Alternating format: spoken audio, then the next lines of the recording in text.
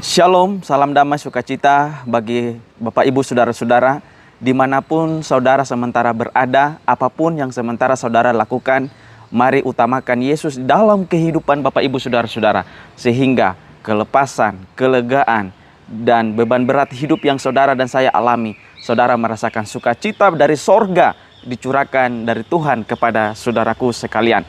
Bersama saya, Pendeta Muda Endi Kalwela dalam Sahabat Sermon Program Heavenly Like Ministry, Like the World, Serving the Lord.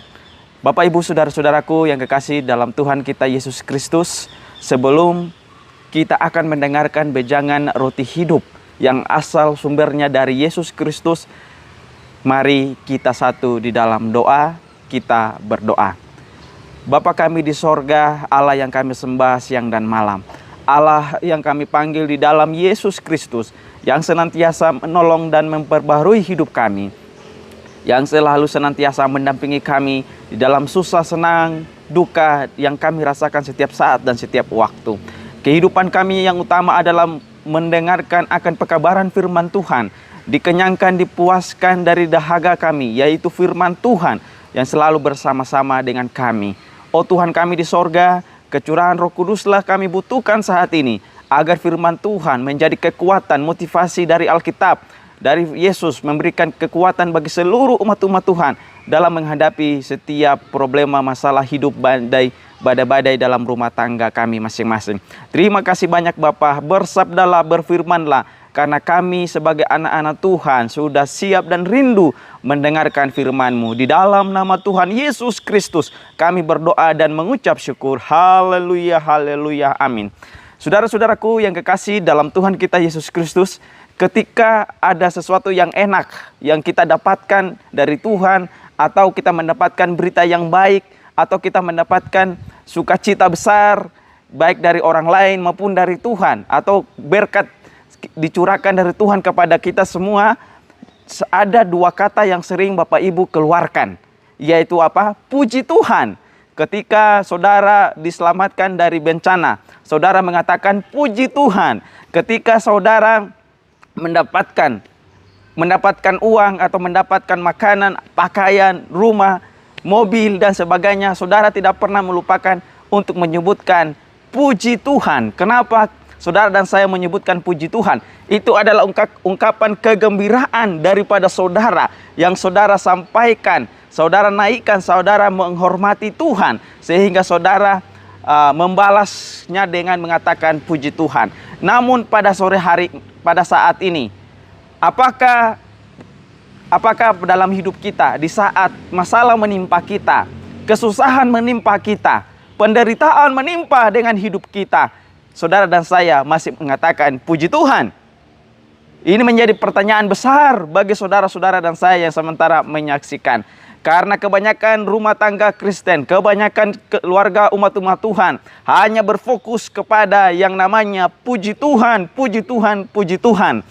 Tetapi hari ini saya bertanya, apakah saat saudara menderita, saudara masih mengatakan puji Tuhan, puji Tuhan, puji Tuhan? Mari kita belajar dari salah satu tokoh Alkitab yang paling terkenal di dalam Alkitab, yang dituliskan oleh Musa, di mana Musa mendengar akan kesetiaannya di dalam penderitaannya. Waktu senang dia terus mengatakan puji Tuhan, dan di waktu susah dia juga mengatakan puji Tuhan. Siapakah dia? Dia adalah Ayub, salah satu tokoh Alkitab yang sangat populer di dalam kehidupan iman rohaninya. Saya percaya bahwa di dunia ini ada banyak orang yang sudah mengetahui dan belajar dan banyak kali mengkhotbahkan tentang kisah Ayub ini.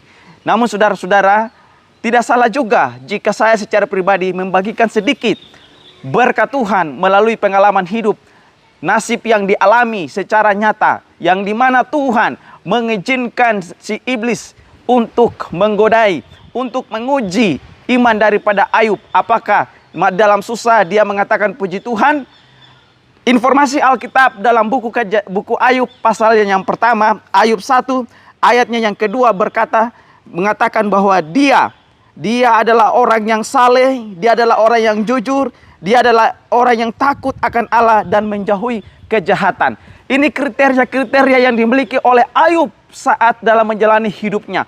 Bahkan ketika anak-anaknya berbuat dosa, bapaknya atau si Ayub tidak lupa untuk memohon pengampunan dari Tuhan terhadap anak-anaknya. Saudaraku yang kekasih dalam Tuhan kita Yesus Kristus, kesenangan yang dia miliki tidak begitu bertahan lama. Terjadilah satu ketika di mana dia diizinkan untuk dicobai. Segala kekayaannya habis.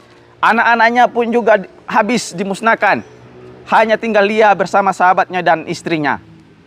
Saat istrinya memohon agar sang Ayub menyumpahkan atau untuk membujuk suaminya untuk mengutuk Tuhan, apa perkataannya? Apakah engkau hanya menerima yang baik-baik saja dari Tuhan, sedangkan hal-hal yang baik kita tidak menerima? Saudaraku, ini adalah indikasi mengingatkan kepada saudara dan saya dalam setiap problema kehidupan umat-umat Tuhan. Jangan pernah lupa mengatakan puji Tuhan, baik dalam senang dan baik dalam susah. Ingat, suasana baik jangan pernah membuat kita terlena atau membuat kita jauh daripada Tuhan. Suasana buruk jangan juga membuat kita terlena dan membuat kita jauh dari Tuhan. Saudaraku, kenapa kita harus terus mengucapkan puji Tuhan atau terus mengatakan bersyukur? Di dalam Alkitab firman Tuhan, di dalam firman Tuhan 1 Tawarik 16 ayatnya yang ke-8, 1 Tawarik 16 ayatnya yang ke-8, firman Tuhan berbunyi, bersyukurlah kepada Tuhan, panggillah namanya, perkenankanlah perbuatannya di atas bangsa-bangsa. 1 Tawarik 16 ayat yang ke-34, bersyukurlah kepada Tuhan sebab ia baik, bahwasanya untuk selama-lamanya. Jadi saudara-saudaraku, bahwasanya kasih, kesetiaan, kemurahan Tuhan terjadi bagi umat manusia, tidak pernah ada berhenti, tidak ada henti akan kasih dan pertolongannya bagi saudara-saudaraku sekalian. Walaupun di setiap badai, suka duka, suasana yang terjadi dengan umat-umat Tuhan, ada kecemasan, ada kebimbangan, ada ketakutan, ada keraguan dan sebagainya, saudaraku, tetaplah mengatakan puji Tuhan, tetaplah mengatakan puji Tuhan, menghormati Tuhan dan menghargai akan setiap pemberiannya. Ingat, Tuhan tidak pernah memberikan pencobaan kepada kita, tetapi Dia menguji akan iman kesetiaan kita. Karena pencobaan-pencobaan yang kamu miliki tidak akan melebihi batas kemampuanmu, dan Tuhan tahu atas kemampuanmu, dan Dia tahu juga sampai mana kamu bisa mampu bertahan dalam menghadapi situasi.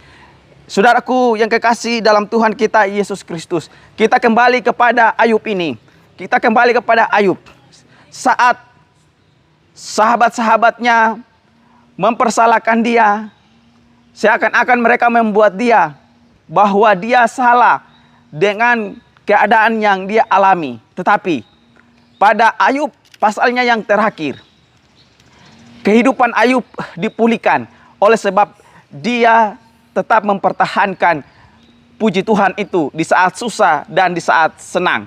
Hasilnya apa, saudara-saudara? Tuhan melipat gandakan.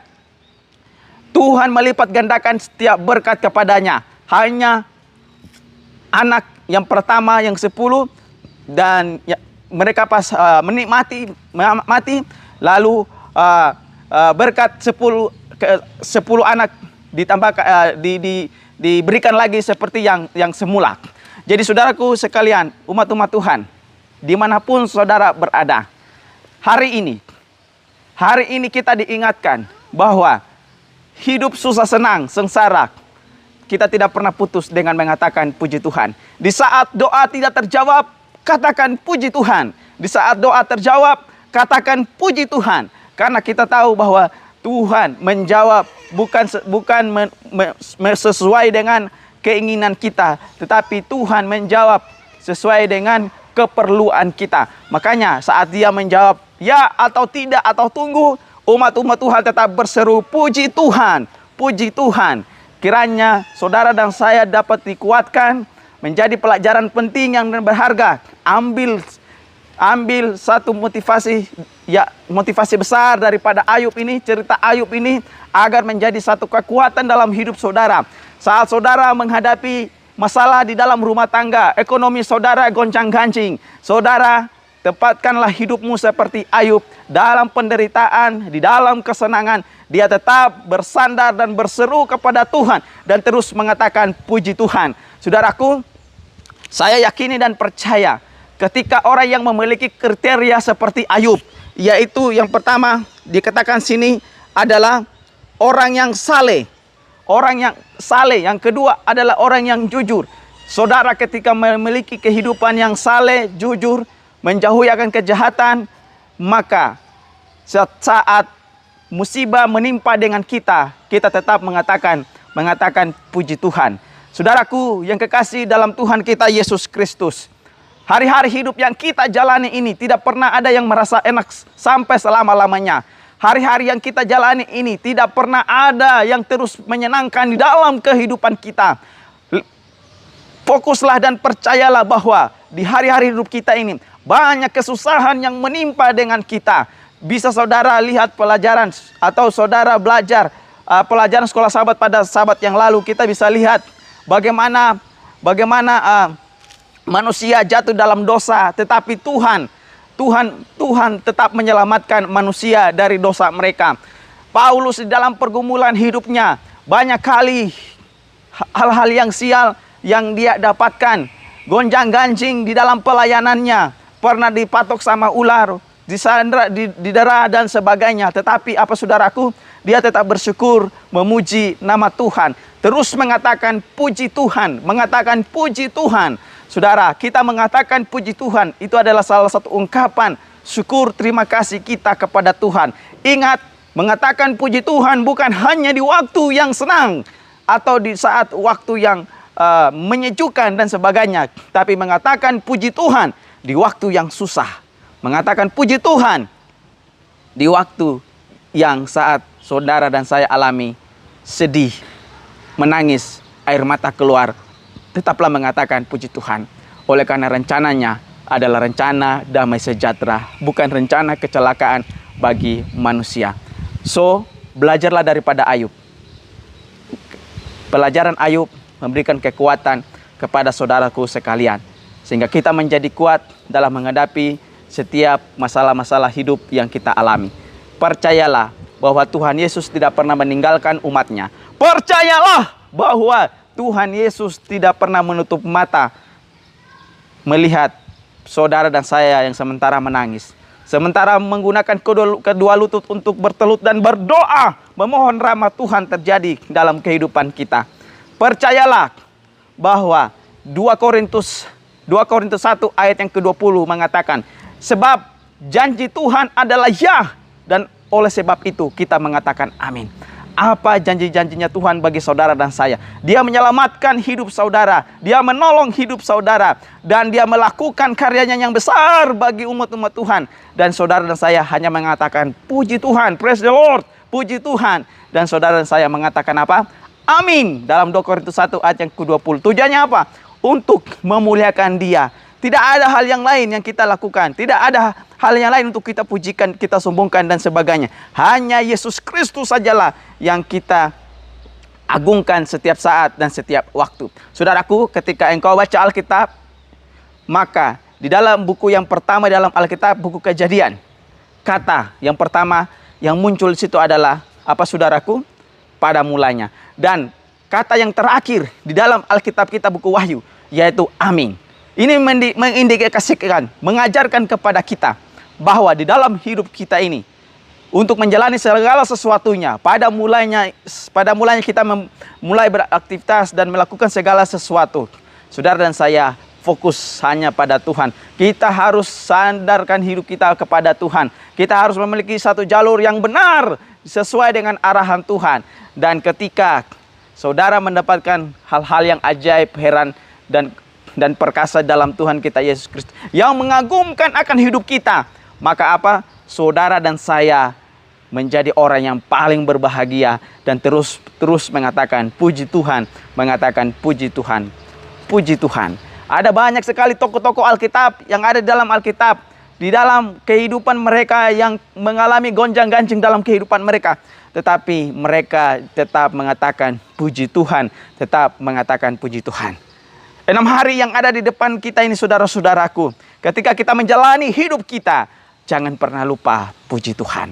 Di pagi hari engkau bangun dari tempat tidurmu, katakanlah, hembuskanlah nafas yang panjang dan keluarkanlah nafas panjang itu dan katakan, puji Tuhan, nafas kehidupan Tuhan berikan kepadaku. Ketika engkau siap-siap untuk pergi ke kantor, pergi ke tempat-tempat pekerjaan saudara, sampai di sana, jangan lupa katakan, puji Tuhan, Dia sudah menuntun menjaga saya sampai di tempat tujuan saya dengan damai dan selamat. Saudaraku yang kekasih di dalam Tuhan kita Yesus Kristus. Satu ayat yang terakhir yang ingin saya mau bagikan bagi kita semua pada saat ini. Dalam 1 Timotius 1 ayatnya yang ke-12, apa yang dikatakan oleh hamba Tuhan ini, Timotius, dia katakan 1 Timotius 1 ayatnya yang ke-12. Aku bersyukur kepada Dia yang menguatkan aku. Tidak ada orang lain yang dapat menguatkan kita. Sekalipun pendeta saudara, dia tidak akan sanggup menguatkanmu. Tapi yang menguatkan saudara dan saya adalah siapa? Adalah Yesus Kristus. Tuhan kita, karena Ia menganggap aku setia dan percaya pelayannya kepadaku. Ingat, setia dalam hidupmu, maka Tuhan akan melindungi dan menyertai hidupmu sekalian. Mari kita satu di dalam doa. Bapa kami di sorga, Tuhan yang kami sembah siang dan malam. Hari ini kami boleh mendengarkan berita baik daripada Tuhan. Dalam kehidupan kami susah dan senang, kami tetap terus mengatakan puji Tuhan di dalam kehidupan kami. Terima kasih banyak Bapak. Di sana ada banyak orang yang sementara sakit. Di sana ada banyak orang sementara dalam hidup dalam kecemasan. Di sana ada orang yang hidup dalam ketakutan dan sebagainya. Oh Tuhan Yesus, mari datang kuatkan mereka. Oh Tuhan Yesus, datanglah bawa Engkau kirimkan Roh Kudus-Mu itu untuk menghibur mereka semua, sehingga mereka kuat di dalam Tuhan dan terus bersandar kepada Engkau sambil menantikan keajaiban-keajaiban mujizat terjadi dalam hidup mereka. Terima kasih banyak Bapa. Biarlah firman ini akan menolong dan memberkati kami semua, karena kami sudah berdoa di dalam nama Tuhan Yesus Kristus, yang mana kami menantikan jawaban yang indah daripada Engkau. Terima kasih dalam nama Yesus kami berdoa. Amin.